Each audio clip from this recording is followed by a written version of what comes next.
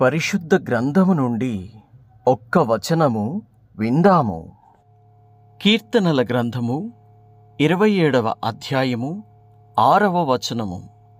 ఇప్పుడు నన్ను చుట్టుకొనియున్న నా శత్రువుల కంటే ఎత్తుగా నా తల ఎత్తబడును. ఆయన గుడారములో నేను ఉత్సాహధ్వని చేయుచు బలులు అర్పించెదను. నేను పాడెదను, యెహోవాను గూర్చి స్తుతిగానము చేసెదను.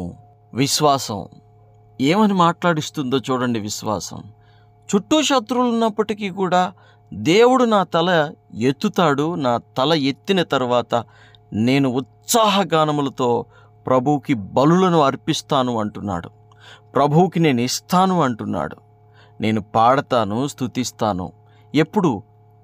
చుట్టూ శత్రువులు మూగి ఉన్నప్పుడు ఈ మాట మాట్లాడుతున్నాడు అంటే దీనికి గల కారణం దేవుడు నన్ను శత్రువుల చేతికి అప్పగించడు అనే గొప్ప విశ్వాసం. దేవునికి మహిమ కలుగునుగాక. దేవుడు నీకును నీ కుటుంబానికి నీ కాపుదలనిచ్చునుగాక. ఆమెన్.